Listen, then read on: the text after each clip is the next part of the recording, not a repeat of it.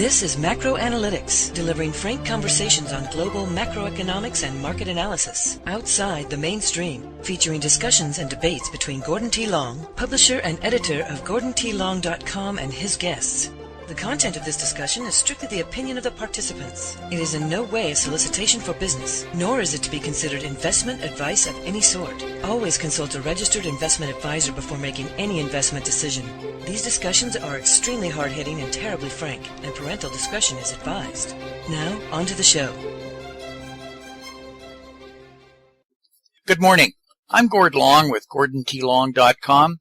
As part of our ongoing series on financial repression, I have Simon Black joining us this morning from Chile. Simon is the publisher of SovereignMan.com website and also the Sovereign Man Confidential, an international investment intelligence service. Welcome, Simon. Thanks for the invitation. I'm glad you could join us, and I'm glad we got such a good link here this morning. Yeah, absolutely. I'm down here at my farm in Chile, and like I told you earlier, we're actually rocking our own 4G WiMAX connection, so loud and clear. Simon, maybe we could begin with you giving our listeners a brief overview of your background, your involvements, and how you came to doing this sort of work. Well, like a lot of things in life, you just sort of fall into it by accident. My background is actually in the military. I graduated from West Point and found myself in the what's called the most recent conflicts in the very early days, even before the invasion of Iraq. I was there with my unit as a young intelligence officer, sitting on the border between Kuwait and Iraq. So tens of thousands of troops there, kind of waiting for George W. Bush to give the order to go north. And that was when I really had my first great philosophical awakening. It was at that point that I felt like the government was lying about weapons of mass destruction, and if they were lying about weapons of mass destruction, then what else were they lying about? Turns out quite a bit. They're lying about the preservation of the purchasing power of currency and the nature of the system of taxation, and essentially everything that I grew up believing about a representative democracy in general. You find that the people that you go to the voting booth and elect aren't in charge of anything. It's actually a tiny, unelected group of central bankers that has almost totalitarian control over the money supply that affects nearly every purchasing decision that we make as consumers. And all this stuff I sort of realized now about, 13 years ago when we were there. It's my life has kind of been one adventure after another ever since. So at this point, I travel extensively. I probably hit 40 or 50 countries in a year. I've been to 116 countries and counting, and try and dedicate our professional business, Sovereign Man, to actually finding solutions for people to the things we talk about, whether it's financial repression or the erosion of freedom. We try and actually find real, credible solutions that make sense no matter what scenario plays out. That's why I'm excited this morning to talk to you, Simon, to really talk about your approach and direction and intelligence to finding solutions. Maybe we could begin, though, with defining financial repression, because that's what we're here to discuss this morning, in your words, and how you've come to look at it and view it, and maybe more so than just the United States, but on a global basis. Well, I think financial repression is theft. That's the only way that I would really describe it. It's a very clever, cunning, deceitful form of theft, but that's essentially what it is. A classic example, just on a conceptual basis, is inflation. We're seeing this right now, where in many cases you have to pay a bankrupt government for the privilege of loaning them money. Inflation, interest rates when adjusted for inflation are negative. You hold money in a bank account, you're getting 1/100th of 1% interest. And of course, even if you believe the government's guerrilla math that inflation is only 2%, you're losing money when adjusted for inflation. And so those are all examples of financial repression, but essentially what that is theft. They're stealing the purchasing power. They're defaulting on their obligation to maintain a sound currency. But it comes in so many different forms. The post that we just released today for our readers in Sovereign Man was something we found, some leaked documents coming out of Ukraine. And of course, Ukraine is in pretty serious financial trouble right now. They're essentially the cash savings of the nation is depleted rather substantially. Their foreign reserves are now less than $10 billion. This is very small when considering the size of the economy, the population, and of course the rather prodigious debt that they're dealing with in Ukraine. $10 billion is just a drop in the bucket. And where we're at right now in Ukraine is the government is trying everything they can. They have restricted bank withdrawals and international transfers, essentially locking people down with capital controls to ensure that you can't actually solve your financial repression problem. Now they've got new proposals that were leaked. That we got a hold of these documents and sent out to folks to show that the government they're going to stop having state-funded education and making people pay for primary education. They're reducing primary education from 11 years to 9 years. They're doing away with the healthcare benefits. They're freezing pensions right now. They're increasing the amount of time. They're increasing the ages at which people can start drawing pensions. And of course, my libertarian side thinks, well, that's great. The government's getting out of the education business. Government's getting out of the healthcare business. That's fine. The flip side of that, of course, is that they're not going to stop charging taxes. They, of course, will continue to collect taxes at the point of a gun. They just won't provide the services anymore that people are actually paying for. So again, it's just theft. All you're doing is when you're taking tax dollars and you're not, or bereavements in this case, and you're not giving them any services in return, it's theft. And that's essentially what financial repression is. And I think as bankrupt governments become even more bankrupt, we start seeing more and more of these around the world. And this is not unique to the United States. Most of the developed world with debt levels are doing this or practicing this kind of policy, are they not? Absolutely. We either see that overtly or covertly. I think in the case of Ukraine, where they're saying, hey, we're going to still take your tax dollars, but we're not going to give you any services in exchange. That's an overt theft. I think what we're seeing with negative real interest rates, when you adjust for inflation and so forth, that's more covert theft, but we're still seeing it all over the world. Every one of these countries that's bankrupt has this problem. And, like it or not, it's a rather uncomfortable fact to face, but, the fact is that the United States and most of the established Western hierarchy, France, Italy, Spain, etc., all these countries are bankrupt. It's not some sensationalist claim. Their own numbers say that they're bankrupt. The U.S. releases, the Government Accountability Office, the GAO in the United States releases these numbers every single year. They put together financial statements that show the U.S. government's assets and liabilities. And in this case, the liabilities far exceed the assets to the tune of almost $17 trillion. So that's, all the cash, all the land, every tank, every bullet, every supposedly ounce of gold that they have, every acre of land, etc., minus all the liabilities. The debt, the pension liabilities and so forth, we're talking minus $17 trillion. That's insolvent. This is a bankrupt nation. And people have to understand that and understand that when nations are bankrupt, that they have to resort to these sorts of tactics because there's no way out. Politicians will do anything they have to do to keep the party going just a little while longer, including theft, outright theft. Are you currently still a holder of an American passport? Yes, I do still hold a U.S. passport, but I hold multiple passports, not just a U.S. passport. For me, it's a very rational calculus. There's costs and benefits to everything. So the cost of maintaining a U.S. passport is sort of the direct financial cost or taxation. For me, the benefit, I still have family there, so it's nice to occasionally be able to come in and know that I always have permission to enter the country. But that's about it for me. I've managed to get my taxes under control and so forth. But it's a very simple cost-benefit analysis. I also have other passports as well from different places around the globe, and I'm working on others as well. And it's something that makes sense and something that really a lot of people can do. A lot of people would be surprised to find that they have an ancestor, Irish, Italian, Spanish, etc., that qualifies them for a passport in another country. A lot of people would be surprised to realize that you can actually obtain legal residency in another country, leave not really spend any time in that country and come back in a couple of years and be able to qualify to apply for naturalization and get yourself another passport. All these things are actually possible, and they're nice things to have, because if you live and work and invest and bank and save your money and hold your gold and have all of your employees and own your home and all these things in the same country of your citizenship, and that country happens to be bankrupt, you're really asking for trouble. When you look at it from a big picture perspective, it doesn't really make any sense to hold all of your eggs in one bankrupt, insolvent basket.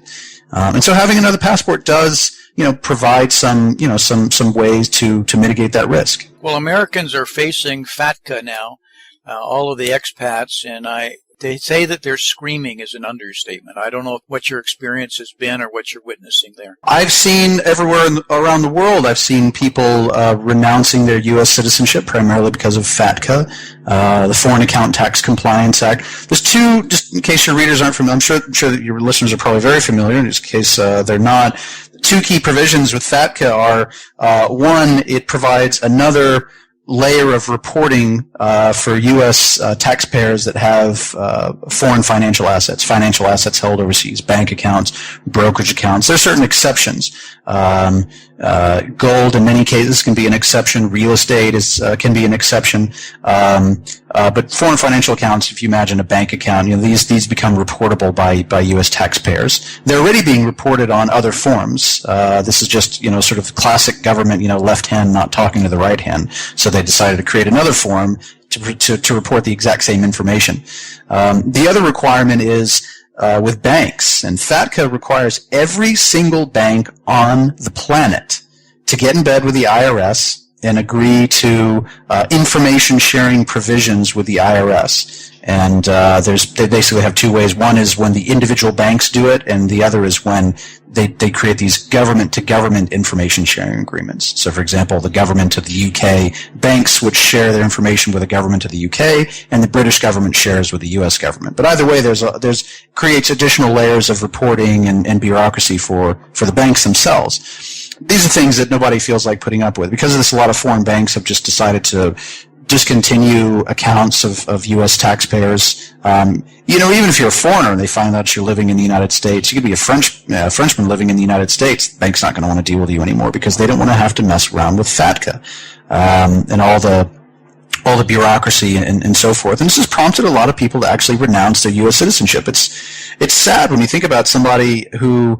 as a last resort is divorcing themselves from their country because their country has put them, put themselves at odds with one another. It's actually quite sad. But this is the stuff that happens when countries go bankrupt. There seems to be indications that we may see GATCA, a global version of this, within the next 18 to 24 months after Russia, in fact, endorsed FATCA recently, or endorsed it, at least was going to be compliant with it. Comments there? That's essentially what we have right now. FATCA is a global information sharing agreement, because what this has essentially created is a mechanism for governments to share information with other governments. And so there's really no such thing as financial privacy anymore, at least not within the conventional mainstream financial system. And then any holdout is essentially being crucified rather publicly. So we're in a position now where every one of these governments is sharing information with one another. And the analogy I think that most appropriately serves it is it's just a bunch of drunken sailors holding each other up. It's a bunch of bankrupt nations who are relying on one another to spy on each other's citizens. And you look at it and you think, why don't you just be more productive?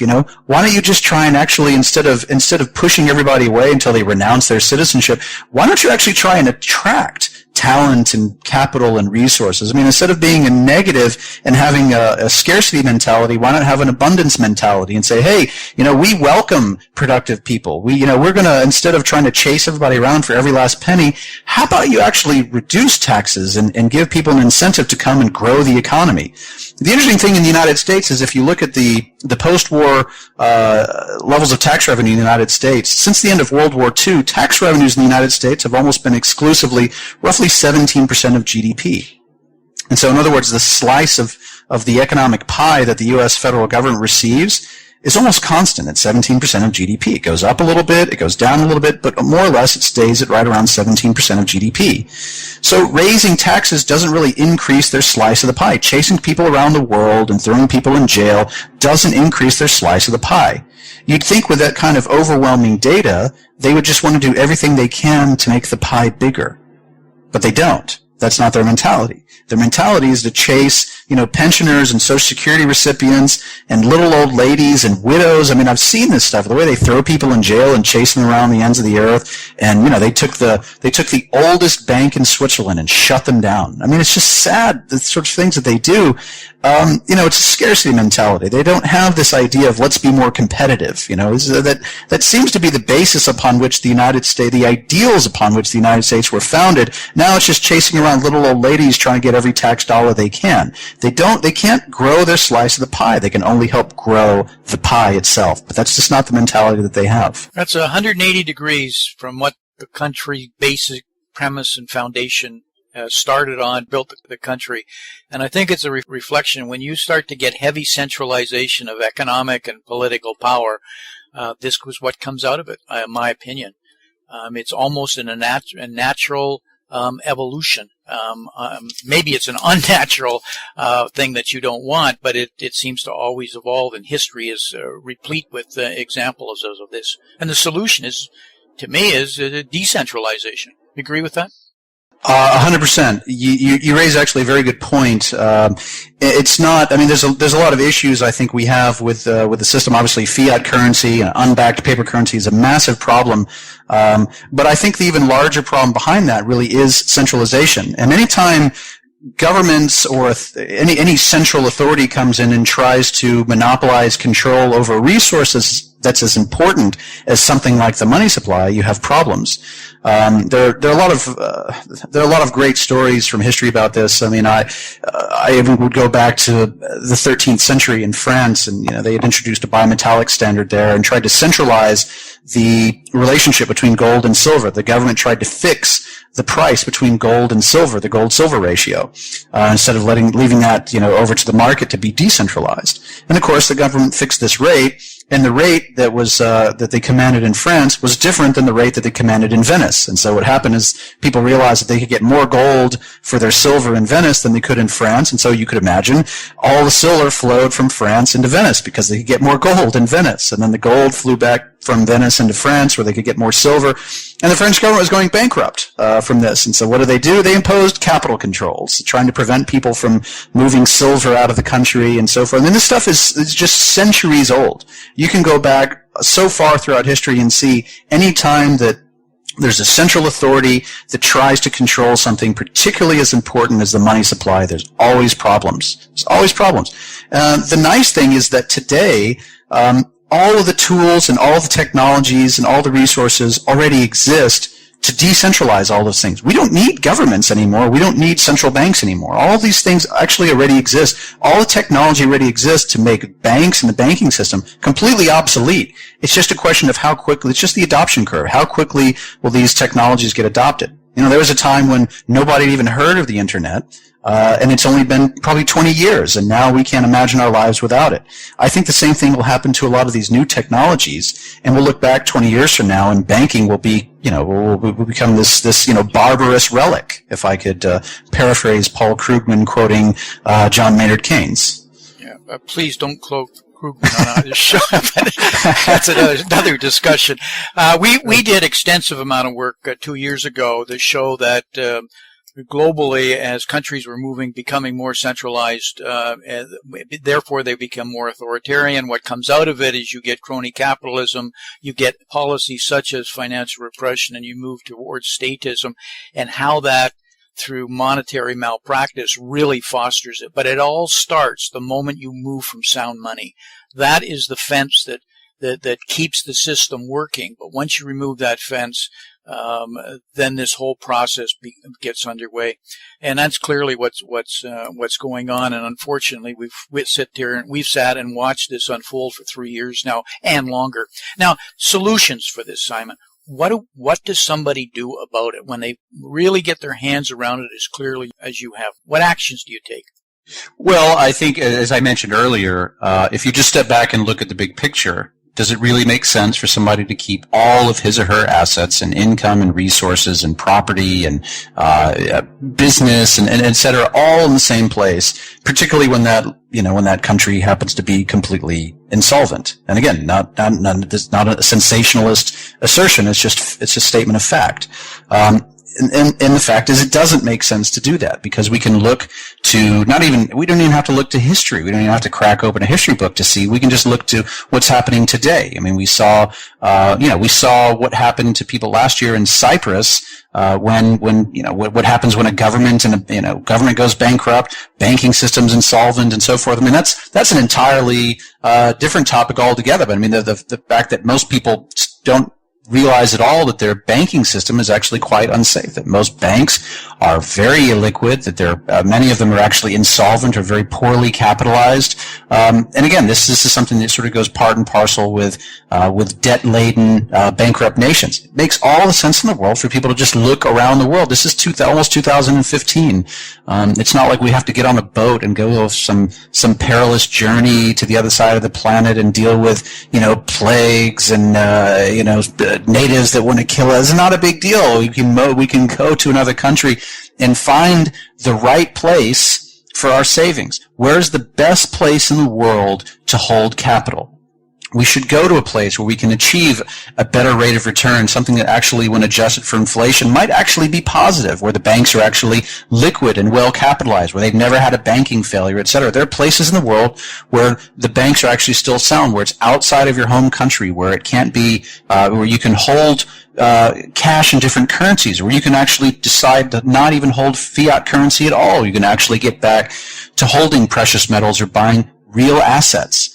If you're looking for actually better investment returns, where you think, what am I going to do with my money? I've got savings. I need to invest my savings. What am I going to do? I'm going to hold money in a bank and get 1/100th of 1%. I'm going to park it in the stock market at its all-time high. You look around and think there's probably not really any investment options either, but there are. There really are. There's options and opportunities out there if you're willing to expand your thinking to the entire world. There's a lot of really great opportunities out there. And in this day and age, we have the ability, we can afford to use the technology at our disposal to look for every one of those aspects of our life. Where's the best place in the world to buy and store gold? Where's the best place in the world to hold my sort of fiat currency savings? Where's the best place in the world to own and hold property and generate solid cash flow and passive income and so forth? Where's the best places in the world for each of these things? And that's going to be different for different people based on their circumstances. But if you look at the entire world as a resource, there are literally limitless opportunities, and that's the really exciting thing, is because we have those options available, and we have those opportunities, and we have those resources and technologies all available to us. Now, this is what Sovereign Man Confidential as an intelligence service targets, to try and explain, isolate, flush out these opportunities? Sure, absolutely. That's the idea. Now, you have 6 pillars of self-reliance, I noticed, as a kind of a bedrock for getting your hands around financial sovereignty in the 21st century. Do you want to explain those to our listeners? Well, the 6 pillars is just sort of a way of thinking about things. I think a lot of your listeners intuitively understand this, that as no matter what your age is, I think the things that we were told growing up, we were told so many things, so many truths that just simply no longer apply today. And the 6 pillars is really just a way of thinking about those sorts of things, including different things like declaring your economic independence, for example. This is a very important pillar. Picking your battles, choosing how you want to spend your resources, our time, our money, our energy. These are not infinite resources. These are all very finite resources. We all have limitations on these, and we have to make decisions about how we allocate those resources. And so on one hand, I'll just, as an example, I know there's a lot of folks who have feelings of patriotism, and they'll look around and they'll think, this is not the country I grew up in. And they feel compelled to do something about it. They want to do something. They want to change something. They want to change the system.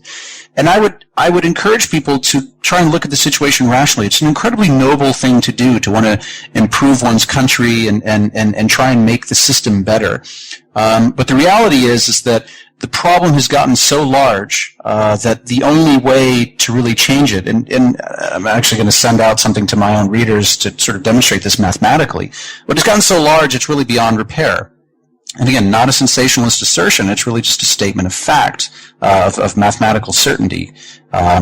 And so if you have finite resources, does it make sense to sort of stand out in the street with petitions and work on a phone bank and call, friends and neighbors and try and start a grassroots campaign to throw the bums out and all that sort of thing? Or does it make sense to actually invest that time and energy and the money and the resources and so forth into making sure that your children and your grandchildren, your family and your friends and your loved ones are well looked after and taken care of? Because only by then, from a position of strength, once you've been able to save everything that you've worked for to build for your entire life, and once you actually can engage in the opportunities that are out there in the world and can actually generate rates of return that are actually positive when adjusted for inflation without having to take significant risks. Once you've set yourself up in that way, then you can actually go back and try and effect change, but doing so from a position of strength, not from a position of fear. And I think that makes all the difference in the world, and that's really what the 6 pillars you alluded to is all about. Interesting perspective, and I couldn't agree with you more. Not a common one. It must have been very difficult for you to go through this transition, having graduated from West Point, been part of Desert Storm, sworn allegiance, to come to these kinds of realizations. Well, I'm a bit younger than that. Well, Desert Storm was the one in the 90s. That was when, of course, Saddam Hussein was an ally of the United States. He went bankrupt fighting the Iranians throughout the 80s and decided to make up for it by invading Kuwait. And George H.W. Bush sent 650,000 troops to the desert in Saudi Arabia to try and stop him. That was back in 1990-91. I came out. I graduated in 2000, almost 15 years ago. And so I was actually part of I guess what they call the global war on terror and Operation Enduring Freedom and so forth. Still, nevertheless, a very difficult transition. Oh, it's tell me about it. It was to sort of sit there in the desert wearing the uniform and come to these realizations that much of what you've been brought up to believe is is a complete myth. That's a very difficult thing to have to deal with. But it affected my life in a profound way and took me on a journey that's been incredibly interesting, to say the least. I think a lot of listeners appreciate what you would have went through, thinking that you now have. And I don't hear anything bitter. I hear creative, structured, new, a positive future that's out there for those who are willing to take control of their own destiny. And I believe that's what America was founded on. I agree with you entirely. I mean, that's really what it comes down to. The old way of doing things is gone. I mean, it's gone. Recognize that. Right, that's the important thing. If you can think differently and more creatively about the ways to do things, then I think there's a very, very bright future ahead for you. There's a ton of opportunity out there and a ton of resources, and I think they're there for anybody to take advantage of who's just willing to have the intellectual curiosity and the courage to actually look at it. Yeah, that's what I can't stress more, is the opportunities have never been greater, but they're not what you thought they were before. And you've got to get outside the box, and you have to let go of some mistaken beliefs. But the world's not coming to an end. We've got some exciting things, and I think the best in the future in the world is still ahead of us. But it's never has been an easy road, nor will it be. Closing comments, a key message you'd like to leave with our listeners, Simon? Just that, exactly. I would just really encourage folks to take a very sobering and objective view of what's happening. Be data-driven. Don't be emotional-driven. Be very rational. Don't listen to the guy on the TV, or don't even listen to me. Go find out for yourself. Just look. The data is out there. The numbers are there, and the numbers don't lie. Numbers don't feel positive. They're not optimistic or pessimistic. The numbers are truth, and the truth will really tell you what the real situation is. And once you kind of see that for yourself, it's very eye-opening. I encourage you to have that intellectual curiosity to find out for yourself. How can our listeners read more about your work or follow you and your thinking?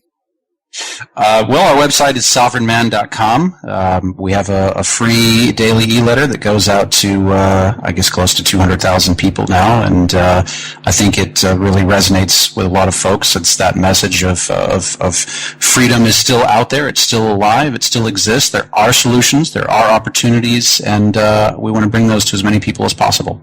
Simon, thank you for the time. I really appreciate it. Great conversation. I look forward to having you back again. Absolutely. I enjoyed it. Thanks so much. Talk to you again. Bye. This has been Gordon T. Long, editor and publisher of GordonTLong.com. New recordings are posted regularly and can be found at GordonTLong.com. New show notifications are available through RSS feed, iTunes, and other social networking venues at GordonTLong.com.